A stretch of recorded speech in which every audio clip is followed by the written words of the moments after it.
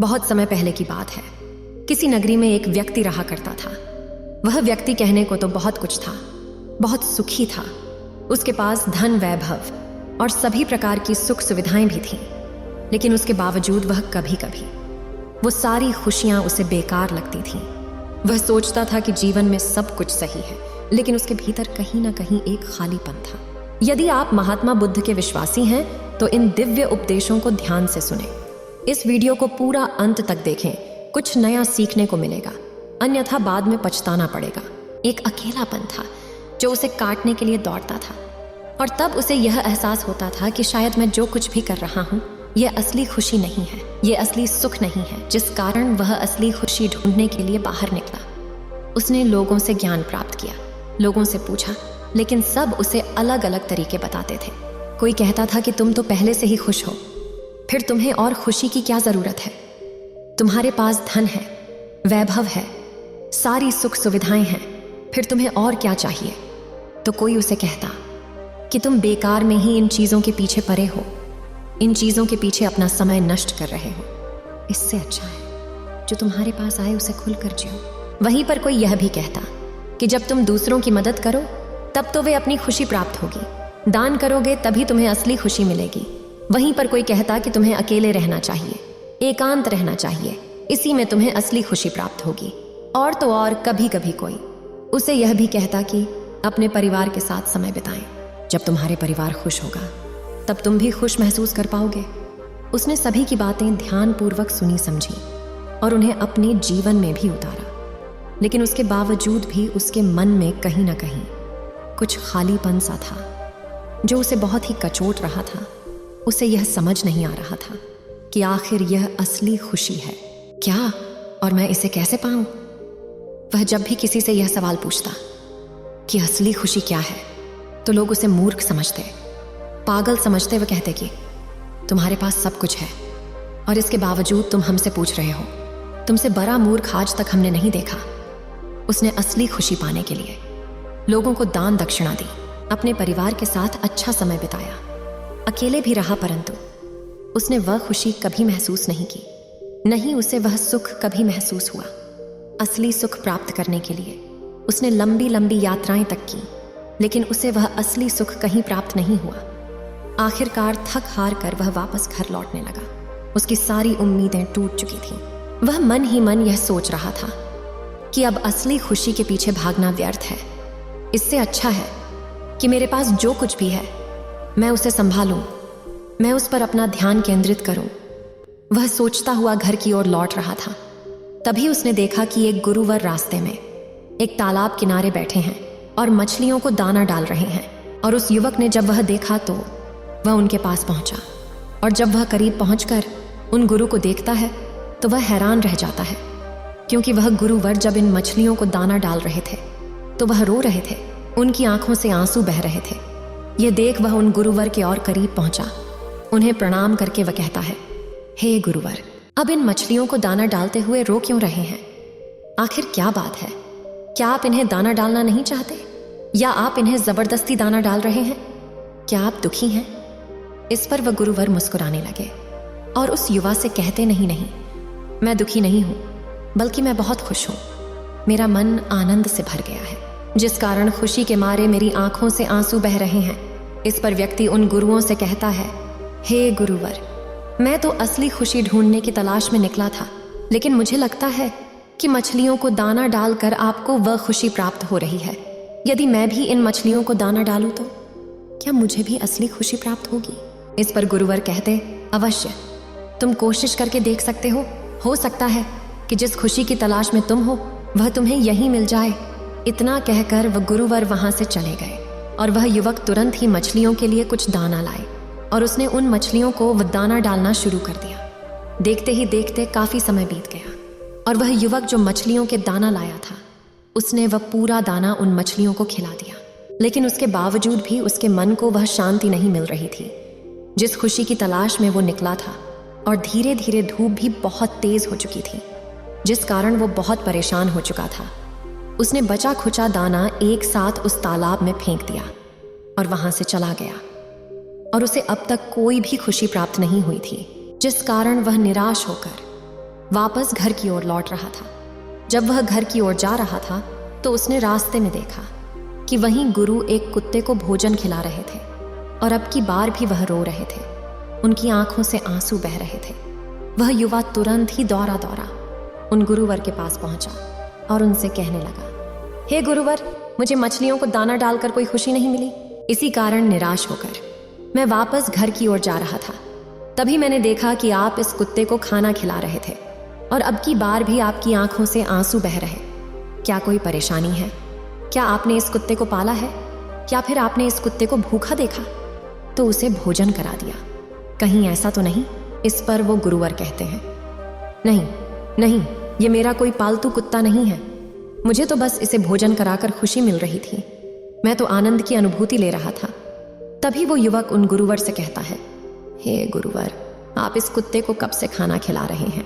इसका जवाब देते हुए वह गुरुवर कहते हैं, मैं तो इसे करीब 6 दिनों से यूं ही भोजन खिला रहा हूं। यह सुनकर वह व्यक्ति बहुत प्रसन्न हो गया। उसे लगने लगा कि शायद इस कुत्ते को भोजन खिलाकर मुझे सुख की प्राप्ति होगी, मुझे वह आनंद प्राप्त हो जाएगा जिसकी तलाश में निकला हूं। उसने तुरंत ही कुत्तों के लिए भोजन खरीदा और आसपास के सभी कुत्तों को ढूंढने लगा ताकि वह उन्हें भोजन करा सके। जो भी कुत्ते उसके पास आए उसने सबको भोजन कराया और ऐसा उसने करीब 6 दिनों तक किया। और इसके बाद वो इस इंतजार में लग गया कि शायद अब उसे वह खुशी अवश्य मिलेगी।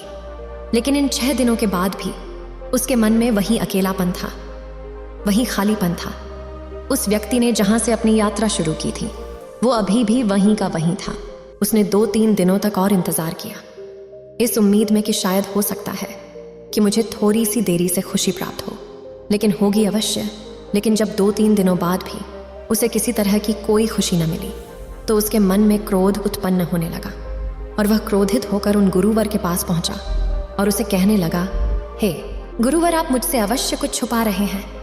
आप मुझसे वह असली बात नहीं बता रहे जिस कारण मैं भी खुशी को प्राप्त कर सकूं, मैं भी उस आनंद की अनुभूति ले सकूं। इतना कहकर वह वहां से चला गया।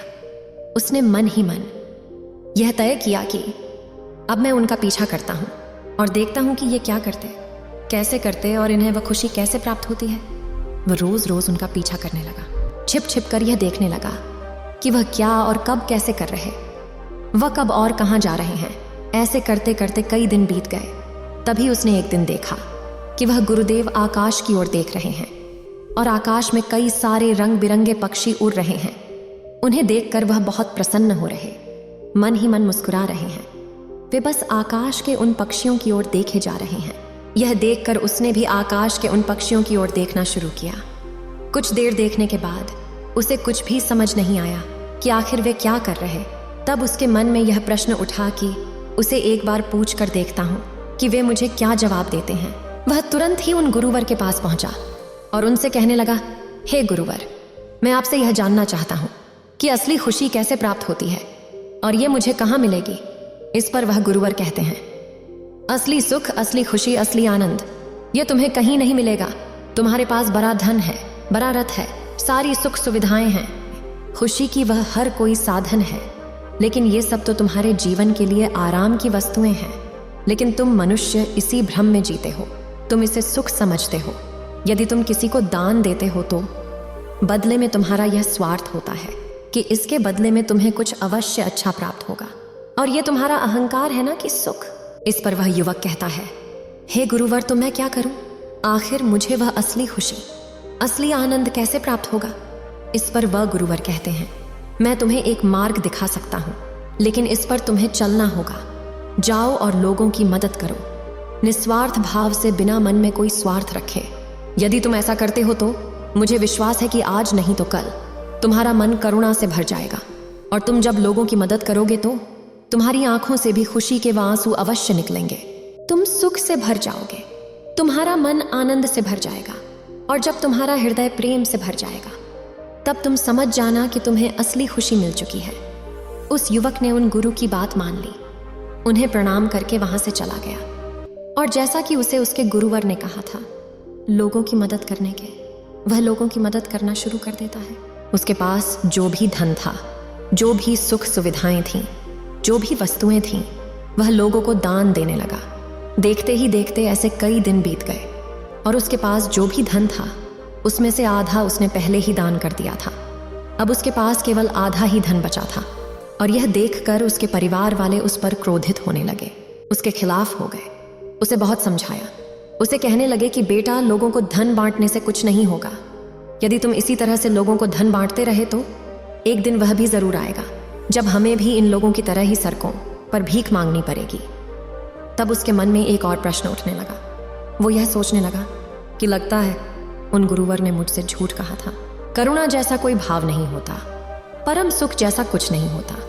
ये सब व्यर्थ की चीजें हैं। इससे अच्छा तो मेरे पास धन है, मेरे पास सुख सुविधाएं हैं जिनका मैं इस्तेमाल करके अपने जीवन को और भी सुखमय बना सकता हूँ। जब भी मैं किसी की मदद करता हूँ, किसी को धन देता हूँ, तो वह केवल धन्यवाद देता है, मुझे आशीर्वाद देता है, वह मेरी जय जयकार करता है, इससे ज्यादा और कुछ नहीं।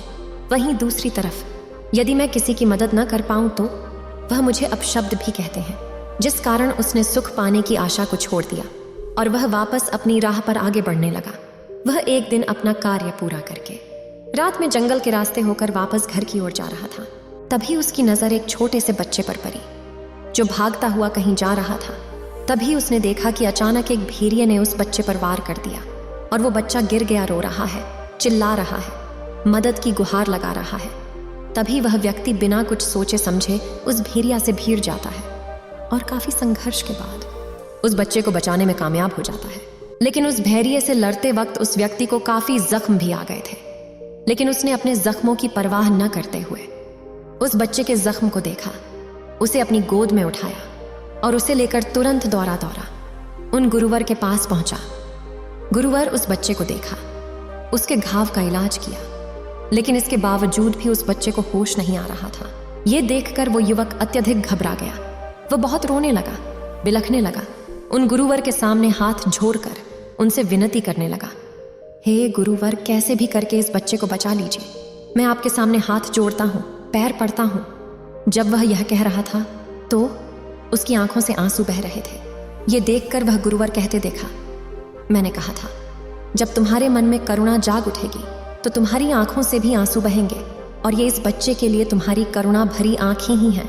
तभी वो व्यक्ति कहता है, हे गुरुदेव, लेकिन आपने तो कहा था कि जब मेरा मन करुणा से भर जाएगा तो मुझे सुख की अनुभूति होगी, लेकिन मुझे तो दुख महसूस हो रहा है इस बच्चे के लिए, इस बच्चे की जान के लिए, और ऐसा दुख मैंने आज तक महसूस नहीं किया। तभी न गुरुवर कहते हैं, इस दुनिया में ऐसी बहुत सी चीजें हैं जो वास्तविक तौर पर दुख नहीं है, लेकिन हम उन्हें दुख मानकर चलते हैं। मान प्रतिष्ठा का खो जाना, धन की चिंता, किसी का नाराज होना, अपना काम सही ढंग से न हो पाना, किसी दूसरे से नफरत करना, ईर्ष्या करना, ऐसी कई चीजें हैं जो वास्तविक तौर पर दुख नहीं है, लेकिन हम इन्हें दुख मानकर ही अपना सारा जीवन इनसे छुटकारा पाने के लिए लगा देते हैं। किंतु जो तुम अभी महसूस कर रहे हो यही वास्तविक दुख है। लेकिन अब मैं कुछ नहीं कर सकता। इस बच्चे को लाने में तुमने बहुत देर कर दी है। अब इस बच्चे के स्वास्थ्य के बारे में हमें कल सुबह तक ही पता चलेगा, क्योंकि बच्चे का स्वास्थ्य लगातार गिरता जा रहा है, जिस कारण अब क्या होगा ये मैं भी नहीं जानता, लेकिन इस बच्चे की सही स्थिति हमें सुबह ही पता चल पाएगी। वह व्यक्ति और वह गुरु दोनों रात भर उस बच्चे के पास ही बैठे रहे, ये देखने के लिए कि कहीं वो बच्चा अपनी आंखें तो नहीं खोल रहा, कहीं वो बच्चा अपने हाथ हिला तो नहीं रहा। लेकिन रात भर उन्हें ऐसा कुछ भी देखने को ना मिला, जिस कारण उस व्यक्ति का मन और बैठा जा रहा था। उसे ये एहसास हो रहा था कि उसने थोड़ी सी और जल्दी की होती तो शायद वो इस बच्चे को बचाने में कामयाब हो जाता। वो व्यक्ति मन ही मन अपने आप को कोस रहा था। ऐसे ही पूरी रात बीत गई और अगले दिन सुबह सुबह उस बच्चे ने अपनी आंखें खोली, जिसे ये पता चल चुका था कि उस बच्चे की स्थिति अब सुधर चुकी है। ये देखकर उस युवक के आंखों में आंसू आ गया और वो खुशी से झूम उठा। उसने तुरंत इस बच्चे को उठाया और गले से लगा लिया और ईश्वर का धन्यवाद किया। वो युवक आकाश की ओर देख रहा था और वह गुरुवर उसकी आंखों में देख रहे थे। उसकी आंखों से झरझर आंसू बह रहे थे। तभी वह गुरुवर उस युवक से कहते हैं, क्या हुआ, क्या तुम इस दुख को महसूस कर पा रहे हो? तभी वह व्यक्ति कहता है, हे गुरुवर, ये दुख है या सुख ये तो मैं नहीं जानता, लेकिन मन ही मन मेरे अंदर करुणा उत्पन्न हो रही है। दया उत्पन्न हो रही है। मैं चाहकर भी अपने इन मासूमों को रोक नहीं पा रहा। अंदर एक आनंद है, एक अजीब सी खुशी है, और ये एहसास मैंने अपने जीवन में पहली बार किया है। तभी वो गुरुवर कहते हैं, यही वास्तविक सुख है और ये हमारे भीतर ही रहता है, मगर हम कभी इस पर ध्यान नहीं देते। हम तो केवल बाहर की सुख की ओर अपना ध्यान करते हैं, धन, वैभव और तरह तरह की सुख सुविधाओं की चीजें इकट्ठा करते रहते हैं। लेकिन वास्तविकता में जिसे हम सुख समझकर इकट्ठा करते हैं वही असली दुख है। लेकिन हमारा ध्यान कभी उस ओर नहीं जाता। उस व्यक्ति ने उन गुरुवर की ये सारी बातें सुनी, उन्हें प्रणाम किया और उस बच्चे के माता पिता की खोज के लिए निकल पड़े। उसने आसपास के लोगों से पता किया और जब उसके माता पिता का पता चला तो वो भी जाकर उनके बच्चे को सौंप देता है और वापस घर की ओर लौट जाता है। लेकिन उसके बाद ऐसा सुख प्राप्त नहीं हुआ। उसने कई बार कोशिश की, कई बार प्रयत्न किए कि एक बार फिर वह उस अनुभूति को प्राप्त कर सके, लेकिन दोबारा उसे ऐसा अवसर कभी नहीं मिला और ना ही वह उस सुख की अनुभूति को कभी दोबारा महसूस कर पाया। जिस कारण वो वापस उन गुरुवर के पास पहुंचा और उनसे कहने लगा, हे गुरुवर, उस घटना के बाद से आज तक मैंने फिर से वैसा सुख कभी नहीं अनुभव किया है। क्या मेरे अंदर से वह करुणा समाप्त हो गई? क्या मेरे अंदर की वो दया खत्म हो गई? इस पर वो गुरुवर कहते, जब तुम उस बच्चे की जान बचा रहे थे तब तुम्हें क्या सोचा था? क्या तुम सुख के बारे में सोचकर उसकी जान बचाने गए थे? इस पर वो व्यक्ति कहता है, नहीं नहीं गुरुवर, मैंने तो ऐसा कुछ भी नहीं सोचा था। मैंने तो जब उस पर हमला होते हुए देखा तो मेरे मन में एक अजीब सा दुख उत्पन्न हुआ, जिस कारण मैं उसकी मदद करने वहां पहुंच पड़ा और मुझसे जो कुछ हो पाया वह मैंने किया और उसी भावना के कारण मैं उसकी जान बचाने में सफल रहा। तभी वह गुरुवर कहते, तो बस तुम्हें तुम्हारा जवाब मिल चुका है। सब कुछ छोड़ दो, खुशी पाने की आशा छोड़ दो, सुख को खोजना छोड़ दो, बल्कि अपने ऊपर ध्यान दो। अपने आप को जानो, अपने आप को खोजो। तुम कहाँ हो, क्या कर रहे हो? इस पर वह व्यक्ति कहता है, हे गुरुवर, तो क्या इससे मुझे खुशी मिलेगी कि उससे मुझे वह सुख फिर से मिल पाएगा? इस पर गुरुवर कहते हैं, परम सुख, परम खुशी ये क्या है? इसे बताना नामुमकिन है। इसे कहा नहीं जा सकता, बस इसका अनुभव किया जा सकता है। तुम इसे कुछ इस तरह से समझ सकते हो कि जब हम मिट जाते हैं और सबके साथ एक हो जाते हैं तो हमें परम सुख या परम खुशी मिल जाती है। जिस प्रकार जब तुम उस बच्चे को बचाने के लिए उस धैर्य से लड़ रहे थे तो असल में वह तुम नहीं थे, बल्कि तुम तो वो बच्चा बन चुके थे जो अपनी जान बचा रहा था। और तुमने उस बच्चे को नहीं बचाया बल्कि अपने आप को बचाया। लेकिन यदि वहीं पर यदि तुम होते तो तुम यह सोचते कि यदि मैं उस बच्चे को बचाने जाऊंगा तो हो सकता है कि वो भेड़िया मुझ पर हमला कर दे और मुझे ही खा जाए।